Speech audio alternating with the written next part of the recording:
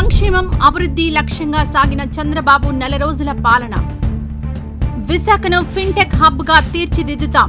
CII సదస్సులో Chandrababu. YCP సేవలో తరించిన Vishal Gunni, విజయారావులకు posting ఇవ్వని ప్రభుత్వం. మూడో వారంలో నీట్ కౌన్సిలింగ్, సుప్రీంకోర్టుకు కేంద్రం అఫిడవిట్. కేజ్రీవాల్ బెయిల్పై సుప్రీంకోర్టులో నేడు వెలువడనున్న తుది తీర్పు. నేడు రాధికా మర్చెంట్, అనంత్ అంబానీల పెళ్లి వేడుక, కళ్లు చెదిరే ఏర్పాట్లు. 2023 ఫిలింఫేర్ అవార్డుల ప్రకటన. సత్తా చాటిన ఆర్ఆర్ఆర్, సీతారామం, విరాట పర్వం. థియేటర్లలో సందడి చేస్తున్న సేనాపతి, ఇండియన్ 2కి పాజిటివ్ రెస్పాన్స్.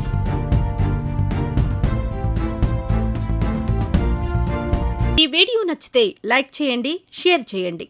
మరింత సమాచారం కొరకు మా ఛానల్ను సబ్స్క్రైబ్ చేయండి.